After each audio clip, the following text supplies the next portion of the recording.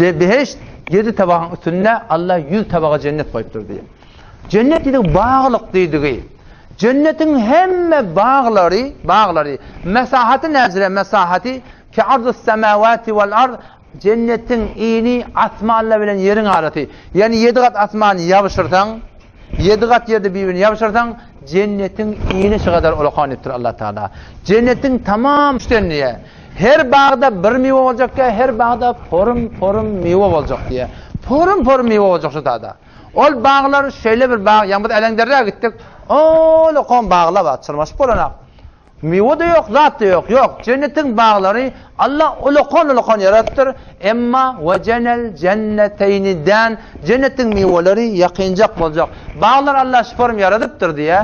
Ki eğer sen dik dursan bağlar goyunrak kalıyor diye. Eğer sen oturdan eterak kayıt diye. Eğer sen kıyışarsan ondan eterak kayıt diye. Ve cenel cenneteyninden kutufuha tezlile. Meyveler de atıp sen aydanın oraya etek kayıt diye. Bağlar Allah şiforum yaratıptır şu dağından. O tamam bağların aşağına bağ, bakça, sebzi, akul, kızılgul, targul. Bunun Peygamber ayeti diye hala hel muşammirun lil cennet. Ve şu cennet ele getirmeden çimir hevayet ettiyen. Eliye sevmeyecek bağım diye.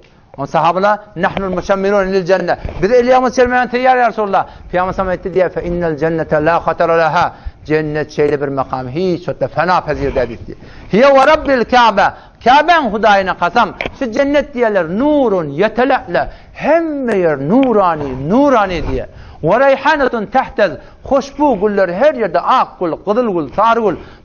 Porum güller. Ve nehrun muttez. Akar sular akıp bariye. Ve kasrun meşid. Ulukon zaylar. Ve zevcetun hasena ve cemile. Avudan zinaları Allah taşıda yarattır diye. Cennette 4 tane akar var diye. 4 porum akar var diye de. Metelul cennetilleti vu'idel muttakun. Ol bir cennetin metali ki Allah'tan korkanlara vaade veriptir. Fiha enharun min ma'in gayri asin. Akar su var ya ab safı zolarlan hiç vatta ol su ütüp portimiya. Ve enharun min lebenin lem yetegayyer ta'mu. Akar akbar ya Allah cennette sütten yetir. Bu tada bir külün taf olanak var. Süt akbar ya diye.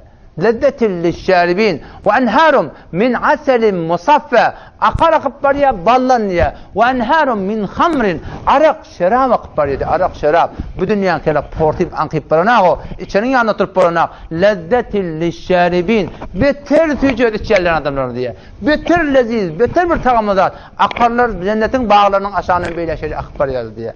Cennette şol akarlardan 3 porum içilecek Müslümanlardan. 3 porum içilecek. Bir volya cennetiyle ödüşecek, bir volya huddamları içtirecek, bir olacak Allah'ın ödüştürecek diye. Yeşrebune min ka'sin kana mizacuha kafura aynen fiha tusamma selsebile. Cennette bir olacak, cennetiyle öller şol cennetin akarlarının piyale şaraplar alıp öldürüşecek diye. O bir yerde olacak diye ve yusqavne fiha ka'sen kana mizacuha zencebile içtirilecek, gül yazacak oğlanlar hadım olacaklar getirip içtirecek diye. Ve yetufu aleyhim vildanun muhalladun. Gül yazacak takkar çıkmadık oğlanlar olacak diye şu tada. Onlar getiripse cennetin livarlarından sana dedi içtirecek diye.